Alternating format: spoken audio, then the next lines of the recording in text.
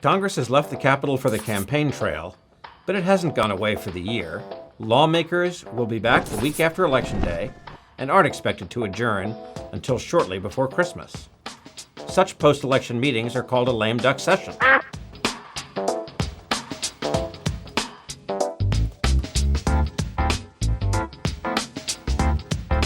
The phrase took hold about a century ago. It refers to the notion that senators and House members who have had their political wings clipped, either because they're retiring or just got defeated, can still wield power for a couple of months until the new Congress takes over.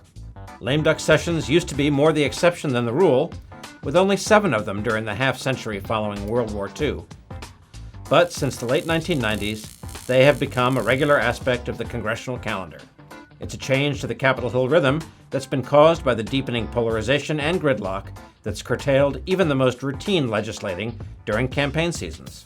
That's why November 14th will herald the start of the 10th consecutive lame duck. There's plenty Congress could do, but not much it'll have to get done.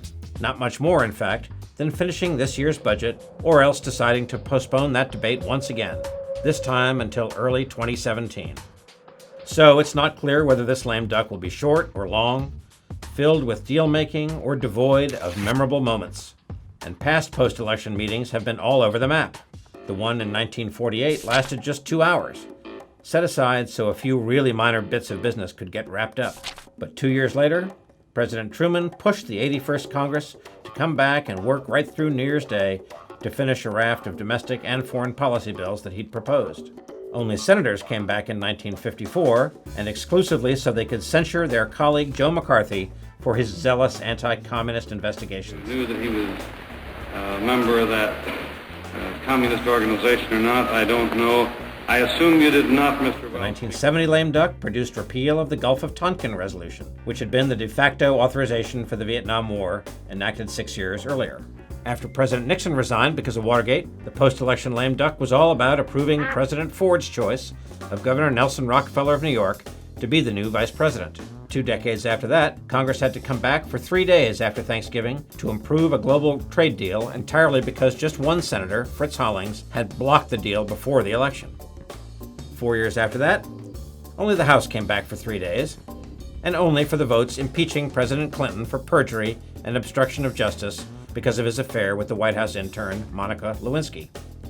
The Senate, you'll remember, acquitted him early in the new year. These encounters did not consist of sexual intercourse.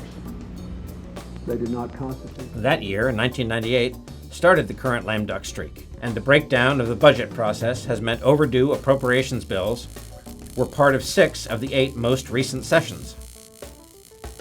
Creation of the Department of Homeland Security and a reorganization of foreign intelligence operations, 2 things that President George W. Bush were reluctant about, got to be the marquee items completed in the first 2 lame ducks after the September 11th terrorist attacks.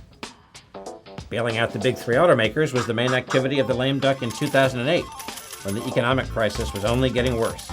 The 2010 lame duck was perhaps the most productive in modern times. On top of ratifying a nuclear arms reduction deal with Russia, Congress extended Bush-era tax cuts, repealed the Don't Ask, Don't Tell rules against gays and lesbians serving openly in the military, revamped food safety rules, and provided payments to 9/11 first responders.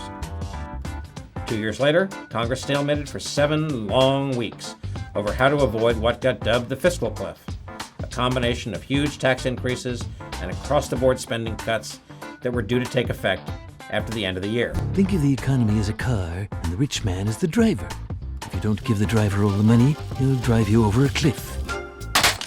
The deal averting that cliff actually got ratified in the session's closing hours, which were on New Year's Day 2013. After those action-packed lame ducks, the 2014 combination of work on spending, taxes, and confirmations seemed pretty anticlimactic. And to be honest, this year's meeting will probably end up along those less than memorable lines.